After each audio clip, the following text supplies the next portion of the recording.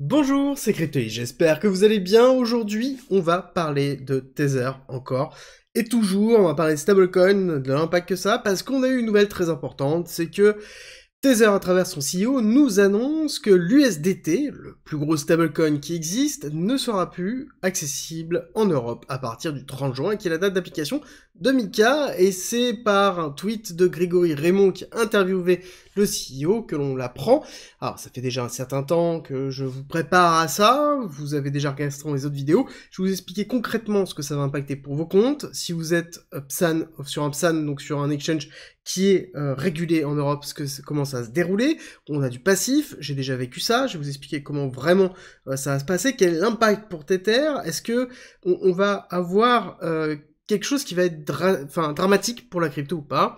Alors, sans vous spoiler, la réponse est non, vous inquiétez pas, tout va bien se passer, je vous explique tout déjà dans les bases. Il faut comprendre déjà que Tether, c'est quoi? C'est une société qui regroupe 60 personnes et qui génère un cash de malade, vraiment de malade. Hein. C'est 100 milliards de dollars gérés à travers de l'USDT. Donc c'est quoi Tether? C'est tout simplement une société qui prend votre dollar et qui vous donne un dollar numérique à la place, que l'on appelle USDT, que vous pouvez faire mumuse avec un peu partout, et dans lequel eux, ils s'assurent que lorsque vous voulez retourner en dollars, bah il y a bien le dollar d'origine que vous aviez pour vous le donner. Voilà, c'est exactement ça, c'est quelqu'un qui fait l'interfaçage entre le monde de la crypto et le monde du fiat.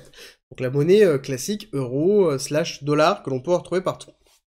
Et dans cette industrie, qu'est-ce qu'ils font de cet argent qu'ils gardent pour vous? Bah ils le placent et ils récupèrent 3, 4, 5% dessus à travers des bons au trésor ou des choses comme ça, on ira le voir un petit peu après. Et forcément, c'est excessivement rentable, à tel point qu'il génère des sommes totalement aberrantes en termes de revenus, on parle de plus de 6 milliards par trimestre, de revenus, de marge, de bénéfices, enfin voilà, pour une société de 60 personnes. C'est quelque chose qui est juste extraordinaire, et forcément, il y a une phase de réglementation autour de ça, on va l'aborder, et notamment, là, cette nouvelle-là qui vient d'arriver, et je pense que tout le monde se pose des questions sur que va-t-il se passer à mon trade qui est ouvert, pourquoi ça arrive, comment ça va se dérouler, si j'ai justement des USDT, comment je vais pouvoir les gérer, est-ce qu'on va me les retirer, est-ce que... Enfin voilà, je vais répondre à tout ça, vous allez voir, ça va être assez simple, somme toute. Déjà, il faut comprendre avant tout, pourquoi ça arrive et de quelle façon. Ce qui est bien, c'est qu'en effet, on a l'interview de Grégory Raymond, donc en tout cas la nouvelle qui est donnée, et surtout après, on a les corrections qui sont données par notre ami Paolo Arduino, qui est donc du coup le CEO de Tether. Et du coup, il y a deux choses à retenir. La première, ça va être que oui, ils ne seront pas en compliance, donc ils ne rentreront pas dans le cadre de Mika qui va être appliqué récemment, dans très très peu de temps, en Europe, donc le 30 juin. Certainement, ils n'arriveront pas à rentrer en compliance avec la réglementation américaine qui va être votée dans les mois/semaines qui arrivent, je pense que ça va être très très rapide. Et là-dessus, ça veut dire principalement que nous avons Tether qui ne sera plus exploité/exploitable par toutes les structures et toutes les infrastructures qui sont dans les domaines de juridiction américains et européens. Concrètement, pourquoi ils font ça? Alors, plusieurs choses, c'est que ils ont une complexité à pouvoir prouver et rentrer dans la notion de compliance. On va venir un petit peu plus tard sur les normes qui sont imposées notamment par Mika et le reste, et nous avons à côté une phrase qui est très importante, qui est « Personne en Europe et aux USA n'a véritablement besoin d'un stablecoin », et ça veut dire beaucoup de choses. En effet, je pense qu'il y a une vérité qui est très forte dessus. Les sociétés comme Cycle ou Tether ont rempli en fait un besoin à un moment donné, mais je pense que la finance traditionnelle va arriver, va prendre le dessus, et dans lequel on va avoir peut-être Cycle qui va s'allier avec Forge ou des choses comme ça, mais de base, je pense que toute société externe à des gouvernements, ou en tout cas à des entités qui rentrent dans la notion de finance traditionnelle, n'auront plus la possibilité de pouvoir émettre des stablecoins, et donc on aura un stablecoin qui sera soit en euros, soit en dollars, et qui sera géré par des entités qui sont sous la coupe de la Fed pour le dollar, et de la BCE pour l'euro. Voilà, je pense que c'est quelque chose qu'on va voir là dans les 2-3 ans qui arrivent, et c'est une réalité. Donc déjà, est-ce que c'est positif? je pense que c'est le pas obligatoire pour arriver vers la notion de mass adoption, d'accord? Si on n'avait pas ça, on ne pouvait pas aller vers la mass adoption, la phase réglementation est obligatoire. Qu'on l'apprécie ou pas, hein, ça importe assez peu, mais il faut juste comprendre que c'est obligatoire et on est obligé de passer par là. Deuxième chose, dans son discours, et que je trouve très important, c'est que il considère que la société qui gère les stablecoins doit pouvoir avoir 100% de ses réserves en treasury bill. Ça veut dire quoi? Ça veut dire au bon au trésor américain. Et ce qui est intéressant, c'est que dans sa réflexion, il explique que ce qui s'est passé avec notamment la SVB, donc Silicon Valley Bank, pour rappel, nous avons eu il y a peu de temps une banque qui était spécialisée crypto qui s'est effondrée, dans lequel il y a eu un bank run, pas assez de liquidités, impossible de pouvoir rembourser les personnes, et ben on était bloqué. Qui était dedans? Nous avons aussi Cycle qui était dedans avec 3 milliards de dollars, dans lequel il y a eu un dépay parce que les personnes se sont dit qu'il y avait un trou dedans de 3 milliards de dollars, qui était relativement faible, mais ça empêche que c'était bien présent. Et donc il nous pose la question, voilà, pour lui, ça ne doit pas fonctionner comme ça. Pour lui, on ne doit pas avoir une obligation d'avoir du cash réel tout le temps, alors que c'est une obligation qui est imposée par MiCA, qui sera imposée certainement par les stablecoins, et qui est imposé aussi pour les banques. C'est-à-dire qu'on demande aux banques, tout simplement, de devoir détenir une partie de liquidité réelle, et justement pas que des bonds. Et Tether ne veut pas, en fait, ça, en disant tout simplement que, vu ce qui s'est passé sur SVB, si jamais le crash avait vraiment eu lieu, et que la Fed n'avait pas assuré la totalité, bon, bah, il y aurait eu un trou, notamment dans Cycle. Et l'impact de la transparence de Cycle a fait qu'il y a eu un énorme dépeg à cette époque-là. Et quand on regarde un petit peu la réserve qu'ils ont, donc, qui date du 31 décembre 2023 ici, on voit qu'on a 85% qui sont en cash ou en équivalent cash, avec à côté quand même 76% de ces 84% qui sont en treasury bill, donc sous-entendu au bon au trésor. Très bien, très rentable, c'est quelque chose qui peut aller de 1 mois jusqu'à 10 ans, 20 ans si on veut, mais dans lequel on possède un bon au trésor. Quand on rend ce bon au trésor passé le temps passé, on récupère l'argent plus 3, 4, 5% d'intérêt en fonction de ce que j'ai effectué et du moment dans lequel j'ai acheté le bonds et de l'état du marché. Donc c'est excessivement rentable, très peu de risques, et c'est relativement liquide. Bon, ça ne veut pas dire que c'est vraiment 100% sans risque, c'est pour ça qu'il y a une véritable demande d'avoir un pourcentage du cash qui est gardé. C'est quelque chose qui est imposé aux banques, et il est en même temps logique que ce soit imposé aussi aux émetteurs de stablecoin, parce que le stablecoin, c'est quoi? C'est quand même quelque chose on émet une monnaie numérique. D'accord? Certes, elle est adossée à la monnaie fiat, mais ça reste une monnaie numérique. Et donc, il est normal qu'une société, donc comme Tether par exemple, soit dans l'obligation de rentrer dans un cadre juridique là-dessus. Autre chose qui rentre en compte, on va pas se cacher, et ça c'est beaucoup plus problématique, on va le retrouver alors, ici dans les current balance, c'est que Tether est très proche de notamment Tron, et de tout ce qui se passe autour de Justin Sun. Et ça, je vous en ai déjà parlé, on a quand même 56 milliards d'USDT qui sont stockés dans Tron. Donc ça, c'est la blockchain de Justin Sun. Et on se pose réellement la question, c'est est-ce que Tether va être capable d'abandonner la blockchain Tron comme l'a fait Cycle, parce que clairement, le prochain homme à abattre que l'on va avoir, ça va être Justin Sun, et que on commence à avoir une communication très très forte autour de Tether en disant mais écoutez, là actuellement, vous comprenez, Tether est utilisé pour le banditisme, pour le terrorisme, pour... Voilà, on va avoir un pléthore de choses, et étrangement, on va dire, bah à ce moment-là, Tether n'est pas OFAC compliance, on va avoir des procès, on va avoir des grosses amendes, et je pense qu'il y a moyen qu'il y ait un petit peu de prison pour un ou deux têtes pensantes de Tether, finalité qui arrivera dans les 2-3 ans, je pense, et à côté, on va donner quoi? On va donner globalement accès aux informations, des transferts autour de Tether, parce que c'est le cas, on a cette capacité-là, et on ira chercher certainement Justin Sun et la blockchain Tron à terme. Je pense que c'est vraiment l'idée. Surtout qu'on rajoute le fait que c'est quand même un acteur qui crée et qui utilise du dollar, alors qu'il n'est pas américain, alors que le dollar est quand même la force de frappe géopolitique que l'on retrouve au niveau des USA. L'extraterritorialité du dollar est une arme géopolitique monstrueuse au niveau des USA. Et donc forcément, on va jouer là-dessus pour aller appuyer très fortement sur Justin Sun, sur Tron, sur tout ce qui se passe. Et pour moi, on est vraiment dans cette démarche-là de renforcement, d'agressivité autour de Tether, et ça va aller encore plus loin,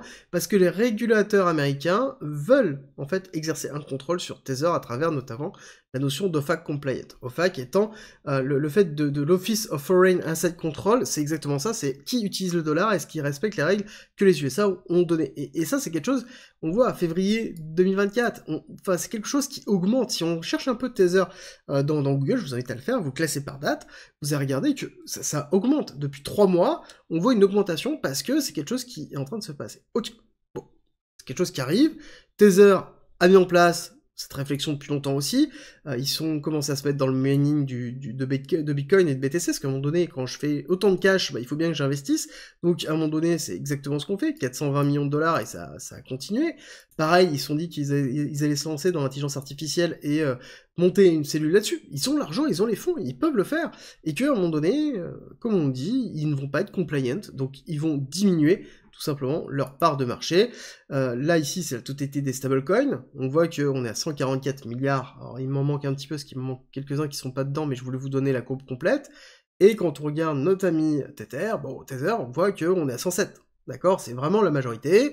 Et il n'y a pas de signe de diminution. Donc, encore une fois, ce n'est pas parce qu'il ne va pas être compliant qu'on va avoir une baisse réelle des USDT. Et comment ça va se caractériser pour vous, pour moi, pour tout le monde? Déjà, il faut savoir que ça va être quelque chose qu'on a déjà vécu, tout simplement, il n'y a pas si longtemps que ça, hein, je vous rappelle ceux qui étaient là à cette époque-là. Nous avions notre ami Paxos qui émettait du BUSD, Binance USD, donc le stablecoin de Binance, Paxos étant comme une grosse entité. La SEC a dit, et le régulateur de New York a dit, stop Paxos, vous arrêtez de générer de l'USDT, du BUSD, donc du dollar numérique, la crypto, le stablecoin, et ils ont dû, en un an, arrêter tout simplement ce qui s'est passé, et maintenir tout simplement le taux de récupération. Les gens pouvaient retirer leur BUSD, mais du jour au lendemain, ça s'est arrêté, et donc toutes les entités qui proposaient du BUSD ont transformé automatiquement les BUSD en USDT ou en USDC. D'accord? Les deux se sont faits automatiquement. Les échanges centralisés vont s'occuper de faire ça. Les plus gros vont le faire de façon totalement transparente et uniforme, on ne le verra même pas, c'est-à-dire que même si je suis en train de trader sur j'ai un trade qui est par exemple sur BTC USDT, ça se transforme en BTC USDC, et je ne verrai même pas, en fait, ce changement-là, ma position ne sera pas fermée, je n'aurai pas de problématique. Pour les plus petits, dans lesquels on risque d'avoir des problématiques de ce côté-là, oui, il y aura des clôtures de trade qui seront à effectuer pour réouvrir dans une autre position BTC USDC. Je pense que ça va être fait plutôt intelligemment de cette partie-là. Et à savoir qu'encore une fois, c'est sur le territoire européen dans lequel ça va se dérouler. Je vous rappelle aussi que le territoire européen sous-entend que c'est tout ce qui est PSAN. Donc normalement, il n'y a pas de futur, il n'y a pas de levier. Très peu, en tout cas. Je ne connais pas de grosses plateformes crypto qui possèdent des leviers et qui sont PSAN. Donc, ça veut dire que la partie future ne va pas être impactée si vous êtes sur des brokers, donc des exchanges, qui ne sont pas PSAN et qui sont, pourquoi pas, en dehors de la réglementation européenne ou de la réglementation américaine. Deuxième chose, si vous êtes sur des exchanges décentralisés du style DYDX, on s'en fiche. Parce que on est exactement pareil dans un cadre qui est hors USDT. Et c'est exactement ce que penche et ce qu'est en train de réfléchir Tether. C'est quel est l'impact réel que ça va avoir pour moi de rentrer en réglementation, combien ça va me coûter, combien je vais perdre si jamais je ne le fais pas. Je pense que la balance est dans le sens où on verra, et puis s'il y a besoin, je rentrerai dedans, mais on est quand même très loin, et je pense que Tether a bien calculé cette partie-là, et est en train de faire, tout simplement, son transfert, de changer vers de business, ne plus être un stablecoin, uniquement un stablecoin, mais avoir plusieurs autres activités, et c'est plutôt positif, parce qu'encore une fois, je reviens sur ce mot, enfin cette phrase, c'est que les pays, l'Europe, l'Amérique, les régulateurs, n'ont pas besoin de stablecoin, encore une fois. Et c'est tout à fait vrai, nous n'avons pas besoin de stablecoin pour pouvoir faire de la crypto. À partir du moment où on a une banque qui est autorisée à émettre un stablecoin, à ce moment-là, c'est fini. Je veux dire, il n'y a plus aucun intérêt d'avoir un autre acteur qu'un acteur bancaire, dans lequel il est réglementé, certainement plus réglementé que ne le sera jamais Tether, pour pouvoir le faire. Est-ce que du coup, ça veut dire qu'on a une forme de régulation qui va se mettre en place? Oui, mais en même temps, c'est ce que l'on veut si on veut de la mass adoption. Est-ce qu'on a une forme de monitoring qui va se faire? Bah oui, c'est logique. On aura une forme de monitoring qui se fera à travers la loi anti-blanchiment d'argent. Est-ce qu'il y a des moyens de passer outre ce monitoring? Bah oui, Bitcoin, les autres cryptos en général, on a le DAI, donc qui est un stablecoin algorithmique qui est overbacké, on a plein d'autres solutions qui permettent de le faire, mais encore une fois, les stablecoins qui sont centralisés, parce que c'est le cas de Tether, c'est le cas de Cycle, il n'y a aucun intérêt que ce soit des sociétés qui soient privées, non régulées de façon bancaire, qu'ils le fassent. Pour moi, c'est mon avis. Je pense que là-dessus, il n'y a pas de crise, c'est quelque chose qui était anticipé, pricé, je vous en parle depuis longtemps. Beaucoup de personnes se sont trompées dans la notion de FUD en disant que Tether était une anomalie et que ça allait certainement entraîner la chute des cryptos parce que il n'était pas assez backé en termes de fonds. Je pense que c'est totalement faux. Je pense qu'ils sont surbackés, c'est une usine à argent. Bah, clairement, c'est une machine à billets. Ça imprime des billets tous les jours. Ils ont largement les fonds. Il n'y a absolument aucun risque de ce côté-là. C'est juste que, oui, il y avait un risque de réglementation. On voit que c'est en train de faire le shift. C'est déjà anticipé, c'est déjà pricé. Il ne va avoir quasiment pas d'impact, ou très très peu d'impact, à moins qu'on ait une surprise magnifique, mais je ne pense pas qu'on aura surprise magnifique sur Tether, même si on a une nouvelle fracassante, comme quoi les USA attaquent Tether et leur mettent 4 milliards, 5 milliards, 10 milliards d'amendes, ils ont l'argent, ils ont aucun problème là-dessus, et ils mettront pas Tether à genoux, et encore une fois, c'est juste sur le territoire américain, sur le territoire européen. Oui, il y a l'extraterritorialité, encore faut-il pouvoir l'appliquer, et ça, c'est toujours une notion de deal qui sont en train d'être effectués, comme on a pu le voir déjà avec Binance. Donc pour résumer tout ça, prenez du recul, tout va très bien se passer, ça sert à rien de vous dépêcher à passer en USDC ou en autre chose, prenez tout simplement du recul, attendez la mise en place des sociétés PSAN si vous y êtes. Si vous n'êtes pas dans une société PSAN, dans tous les cas l'USDT restera en tout cas pendant un certain temps, et les plateformes géreront ça tout seuls et vous indiqueront quoi faire. N'essayez pas d'anticiper, et si vous voulez impérativement avoir une forme de décentralisation et de protection dessus, bah à ce moment-là, réfléchissez plutôt à mixer en fait vos stablecoins, à avoir une partie d'USDC, peut-être une partie de DAI, peut-être une partie d'autre chose, dans lequel vous allez avoir un mix qui vous permet d'avoir tout simplement une protection au niveau de la partie réglementation, parce que, je vous le rappelle, que l'année 2024-2025, ça va être des années de réglementation très très fortes au niveau des stablecoins dans un premier temps, et ensuite on ira vraiment sur la partie securities et Ethereum comme une commodities, parce que ça, je vous le répète, si vous avez vu la vidéo d'hier, ça va arriver et ça va se faire de cette façon-là. J'espère en tout cas que cette vidéo vous a plu. Si vous êtes arrivé jusque-là, je vous rappelle que nous avons une masterclass dimanche 14 avril à 18h, très important, 1h30 dans lequel je vais revenir sur la notion de bull run, comment en profiter, comment gérer ses achats maintenant, comment gérer les achats dans les semaines qui arrivent, dans les mois qui arrivent, comment gérer ses sorties, comment profiter un maximum. Je vais vous donner en plus des cryptos qui n'ont pas encore éclaté. Globalement, tout pour pouvoir performer. Pour vous inscrire, parce qu'il y a des places qui sont limitées, c'est en description et en commentaire. Vous avez un petit lien pour vous inscrire et vous recevrez dans les jours qui arrivent le lien directement, en tout cas dimanche, c'est sûr et certain, pour vous connecter sur la masterclass, en commentaire et en description. Et nous, on se retrouve très vite pour une nouvelle vidéo.